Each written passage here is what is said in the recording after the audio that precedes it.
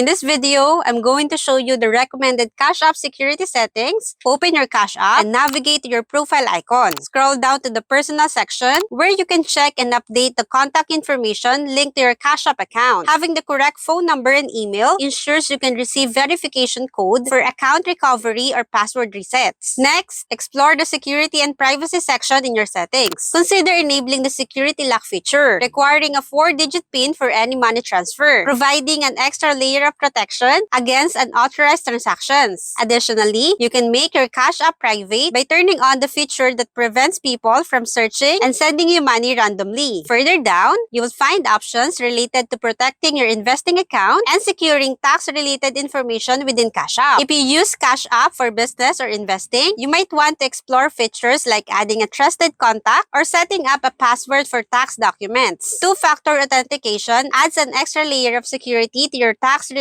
information. In summary, ensuring your contact information is accurate, enabling the security lock, making your account private, and exploring additional security features can significantly enhance the protection of your Cash App account. Implementing these measures helps safeguard against potential scams and unauthorized access. And those are the recommended Cash App security settings.